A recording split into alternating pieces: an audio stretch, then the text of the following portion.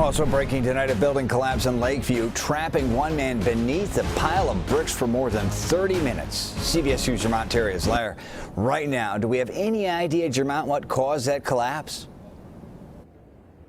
Yeah, we do, Brad. It appears that a construction worker, he was the one that was pinned. He was working on a building next door to the garage that fell, and that is what caused all this. As you mentioned, that individual was trapped and or pinned for about 30 minutes. This is an image of him in this hole as firefighters and workers were trying to get to him. We also have video of him being rescued after firefighters and crews realized that he was trapped. Now, according to what we know right now, it appears that this construction worker was digging an underground garage next door to the structure that was standing, and for reasons still unknown, this structure fell on top of this individual, again trapping him for about 30 minutes. Those who live in the area, they heard the noise, but they definitely heard this man screaming for help.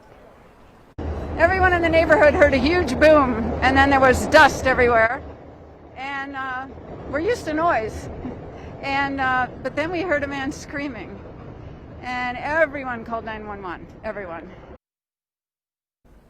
Again, there was the screams that brought people out here. That individual rescued after being trapped underneath this debris for about 30 minutes. Also, besides the individual that was taken to the hospital in serious condition, we're told that there's a car underneath this garage here. This garage actually was in use, but tonight you can see that it is completely destroyed. Reporting live in Lakeview with breaking news, Jermont Terry, CBS 2 News. Jermont, thank you.